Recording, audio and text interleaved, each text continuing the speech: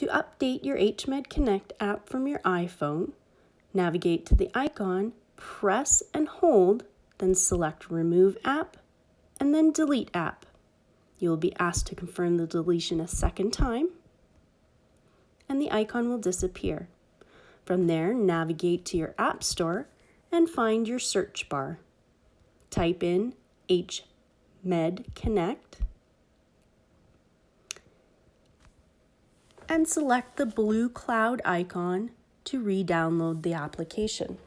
This will take just a minute to download, and from there you can open the app directly.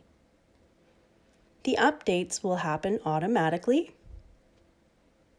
Please allow notifications and click Sign Up. You will be asked to re-enter your information. If you're an existing patient, please use the same email as you used previously. Once all your information is complete, click the Sign Up button at the bottom. You will be asked to verify your email, and from there you can sign in with your email and created password. We hope you enjoy our HMED Connect updates.